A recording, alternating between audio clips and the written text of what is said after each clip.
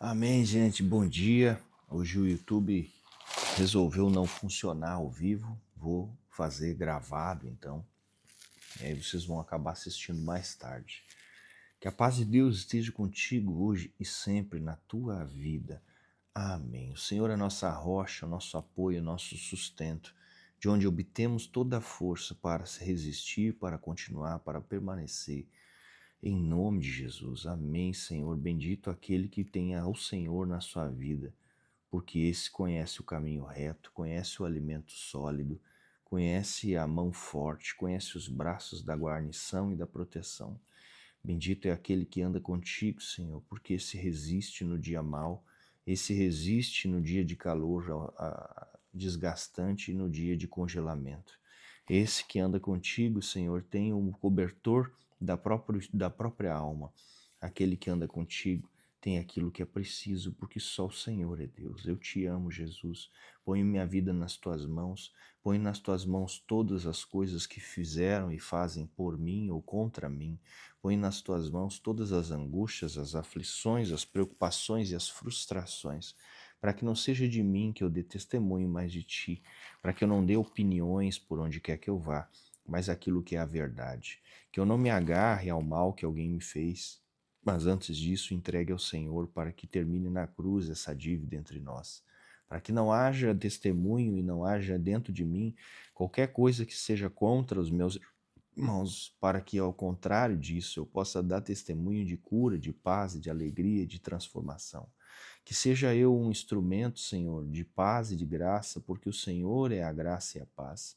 Portanto, que eu esteja agarrado em você, na sua coxa, nas suas pernas, no seu manto, para que daquilo que saia de mim saia também e provenha do Senhor. Amado Deus, nesse momento peço cura na minha alma e na alma de todo aquele que ouve. Que possamos entregar tudo que os nossos ouvidos colheram pelo caminho nos dias anteriores. Que possamos entregar a Deus tudo que o nosso coração acumulou, para que não se transforme em ressentimento e nem mágoas. Peço a Deus que nesse momento derrame o seu auxílio, o seu Espírito Santo sobre nós, para que sejamos livres de nós mesmos, para que possamos nos deixar nossa autoimportância, deixar as nossas expectativas e os nossos anseios do que é reto, do que é certo, porque o Senhor é um Deus de estratégia, o Senhor é o Deus dos deuses, o Senhor é um Deus de batalha, o Senhor é um Deus do amor, o Senhor é um Deus de justiça, o Senhor é o Rei dos reis, glória ao teu nome, aleluia. Os anjos gritam amém, Senhor, no céu. Todos os anjos festejam porque existem e circundam ao teu redor. Em amém, Senhor. Que a palavra de hoje possa trazer uma edificação no coração e no fundo das nossas almas. Que possamos, ainda que o corpo esteja cansado, reconhecer que aquilo que nos fadiga provém do excesso de nós mesmos.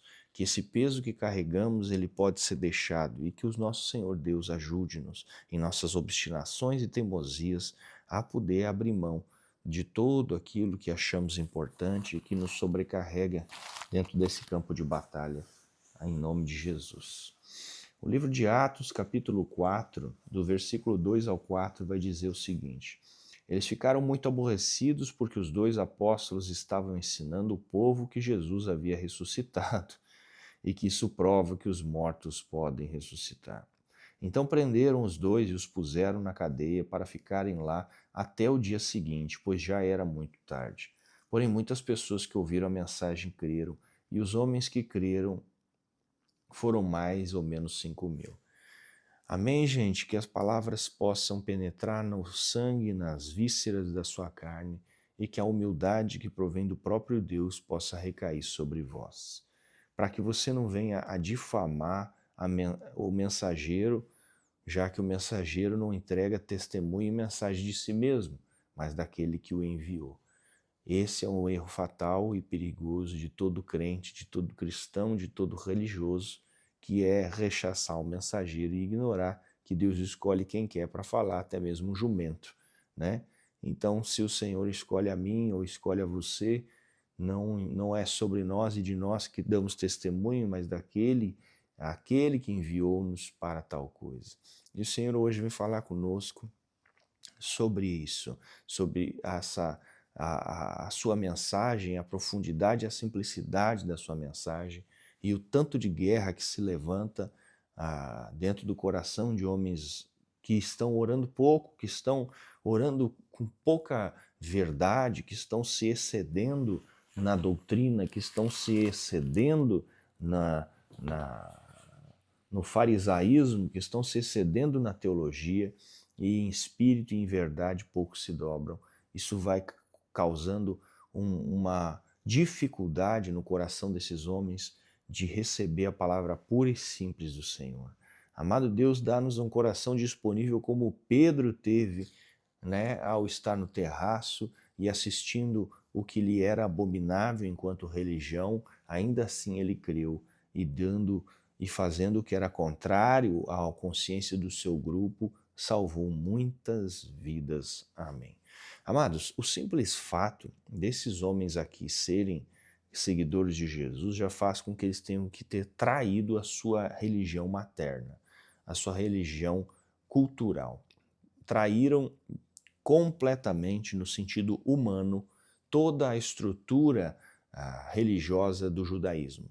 Para seguir Jesus, a verdade e a vida, e crendo em Jesus como a continuação do judaísmo, então, na perspectiva espiritual não houve traição alguma, pelo contrário, cumprimento. Mas na perspectiva humana, esses homens tiveram que suportar culpa, tiveram que suportar todas as coisas que todos têm que suportar quando estão se distanciando da forma pensamento daquilo que conhecem, dos seus pais, dos seus grupos, dos seus pares e das pessoas que conhecem. Então, para chegar no ponto desse Atos 4 aqui, onde esses homens estão valentemente, corajosamente, enfrentando, já não mais só suportando, mas enfrentando a forma de pensamento e resistência a qual eles um dia fizeram parte, é preciso muita fé. É preciso muito amor e paixão no coração e na vida, para que nada no reino humano possa te distrair e te dissuadir dessa verdade. É preciso um tipo de amor louco, onde você suporta que os outros te abandonem, que os outros te prendam, que os outros te deixem de lado, que os teus pastores e os teus diáconos e quem quer te estiver ao redor, e por honra você os honra, é óbvio, mas que essas pessoas, elas, independente do que pensam, se elas estão com Deus, elas pensarão como aquilo que Deus está falando contigo, porque o Deus é o mesmo.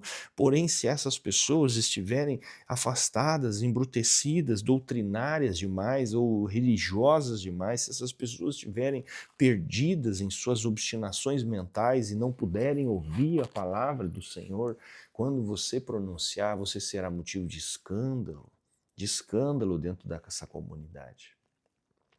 E essas pessoas vão esbravejar e vão ficar afetadas e bravas e agitadas e virão contra Deus. Mas como elas não estão nesse momento ou não podem ir contra Deus, elas irão contra aquele que ama a Deus, que é nesse momento você, né? Você irão contra aquele que ama a Deus. Amém, gente?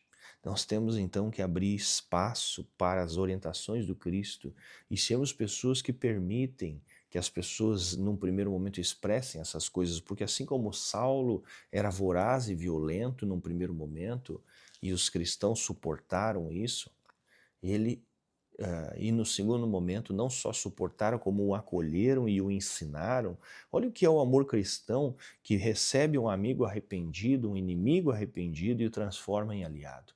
O cristão verdadeiro, ele é capaz de, no primeiro momento, ser esbofeteado e depois, a partir do arrependimento e a conversão sincera daquele coração doloroso e peludo, como diz a Vanessa, minha esposa, você consegue permitir que ele conviva com você.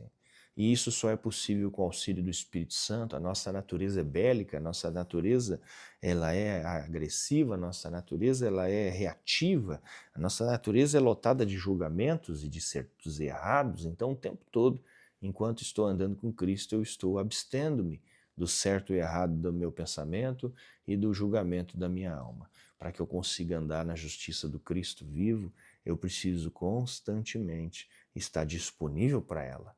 E isso às vezes é difícil, porque pessoas fazem coisas que machucam a gente. E aí naquele momento, quando você se fecha, se blinda naquela dor e começa a remoer, você começa a adoecer. porque a sua alma não só está se injetando o fel da mágoa, como está fazendo circular pelo corpo através do pensamento, da confabulação e da reatividade. E aí a cura disso, gente, é o perdão e o arrependimento, até por aquilo que a pessoa não se arrepende. A intercessão ela é tão poderosa que eu posso não só orar pela vida do outro, mas eu posso me arrepender pelo que ele não se arrepende. Se não fosse assim, Cristo não teria nos salvo na cruz. Ele se arrependeu por nós. Ou seja, ele se arrependeu num ato de fé de que nós, em alguma geração, de algum tempo, compreenderíamos o que foi feito lá. E aqui estamos, 2000 anos depois, compreendendo finalmente aquilo que foi posto na cruz por nós. E aí podemos honrar, quando há compreensão, a honra.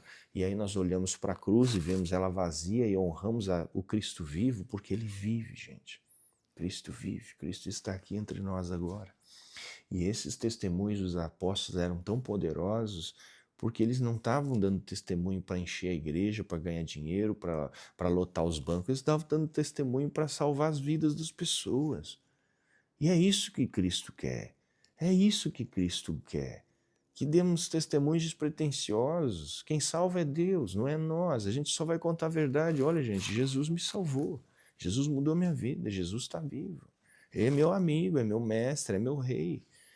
Eu converso com ele todo dia, ele me ajuda. Essa é a verdade que você tem para contar. Que explicação você tem que dar? Para que se lotar de teologia? Para ficar discutindo com as pessoas? Para que, gente? Use isso aqui para alimentar o seu espírito. Só isso, não há outro motivo. Você vai usar isso contra outros crentes para qual finalidade? O apóstolo Paulo já fez isso, manda eles ler as cartas de Paulo. Pronto, vai ler a carta de Paulo, lá está tudo escrito que é Jesus e qual é o motivo. Já está feito, gente. Senão a gente fica repetindo o que já foi feito e deixa de viver o que Deus tem para nós hoje. Cuidado, tem algumas doenças dentro da religião. A síndrome de Moisés é uma, que é aquele que quer salvar todo mundo, sobe o monte, ora por todos e carrega o fardo de todo mundo. Eu já tive essa infecção. Deus já me alertou. Síndrome de Paulo, síndrome de Pedro. Tem várias. Síndrome de Caim, síndrome de Saul, síndrome de Davi. Então, gente, Deus, você é único. Você foi feito pela primeira vez para ser uma expressão daquilo que Deus pôs na sua vida, na sua alma, no seu coração. Se o seu ministério, a gente fica às vezes fugindo do nosso ministério. E ele é simples. Às vezes é cuidar da família, às vezes é evangelizar ali no bairro, às vezes é fazer uma coisa pequena. E a gente fica criando artifícios aqui, ó, no campo de batalha, que é aqui, para adiar a tarefa. E a tarefa é simples e eu vou ter prazer se eu a fizer. Eu vou ter alegria, eu vou dar testemunhos de Deus, eu vou dizer, Deus, eu tive medo. Então, vamos orar, gente. Orem pelo medo, pelo cansaço, pelo que está tirando a gente do caminho. Orem pelo que está embotando a sua alma de mágoa, de ranço, de ódio. Ore por isso, gente. Vamos orar para que Deus tire isso do nosso coração, para que sejamos leves e livres, para que possamos simplesmente olhar para a vida e aceitar ela como ela foi, aceitar ela como ela é. Aceitar a Babilônia, aceitar o Egito, aceitar a nossa iniquidade, mas aceitar no sentido de que ela está ali. Aceitar no sentido de que precisamos de ajuda. É isso que eu quero dizer com aceitar. Aceitar é mais do que ser compassivo com a própria iniquidade. É muito distante disso. Eu estou dizendo, Pai, eu sou pecador nessa área da minha vida e eu preciso do Senhor. E aceitar isso envolve vergonha, orgulho, dor, porque eu paro de justificar e de botar culpa em alguém. Eu sou assim porque fulano, eu sou assim porque ciclano. Gente, na intimidade Deus sabe, mas até que a minha oração seja real e diga, Deus, eu estou com medo. Deus, eu tenho medo de fazer o que me cabe, do que fazer o que o Senhor me pediu. Você acha mesmo que Deus não vai auxiliar, gente? Moisés, na sarça ardente, disse, eu não sei falar, Deus deu recurso, Deus deu Arão. Deus responde às orações. Paulo sempre tinha um irmão de fé para caminhar com ele. Era Barnabé, era Tito, era esse, era aquele. Sempre tinha alguém, gente. Deus manda uma aliança para auxiliar o teu caminho. Mas tem que ter essa oração de fé, de renúncia, de sinceridade, dizer, pai, estou cansado, ou estou triste, ou estou machucado por causa dessa coisa, ou por causa daquela. A gente não é de ferro, gente, a gente não é de bronze, a gente não é de pedra, a gente é de carne também. E essa carne ela padece, essa carne ela sangra, essa carne ela chora. Eu tenho que cuidar das feridas, não é? Para que eu possa levantar e fazer algo bem feito. E cuidar das feridas, amados, não é do nosso jeito, é cuidar das feridas andando na presença de Deus. Pai, colocamos na Tua presença as nossas vidas, pedindo ao Senhor que interceda por nós, dando-nos um coração saudável, um coração de carne, que consiga sentir as coisas como elas são e entregá-las para Ti, para que o Senhor, que é o médico dos médicos, o Senhor dos senhores, possa dar o seu remédio, que é o Teu Espírito Santo, que não é só remédio como é alimento, para que as nossas almas se fortaleçam para mais uma porção diária. Dá-nos alimento, Santo Cristo, para que possamos andar através da Tua graça e dar testemunho das glórias que o Senhor realizou e realiza na nossa vida e na vida dos nossos irmãos. Amém. Que a paz de Deus prevaleça sobre a sua vida hoje e sempre. Você é um filho amado, você é um filho amado, querido do Senhor. Você é, meu amado, você é muito querido, Deus ama muito você. Não precisa lutar contra o amor de Deus. Deixe esse amor tratar você, deixe esse amor cuidar da sua vida, deixe esse amor reforçar a sua capacidade emocional. E aí com certeza você fará boas coisas. Amém? Fique em paz.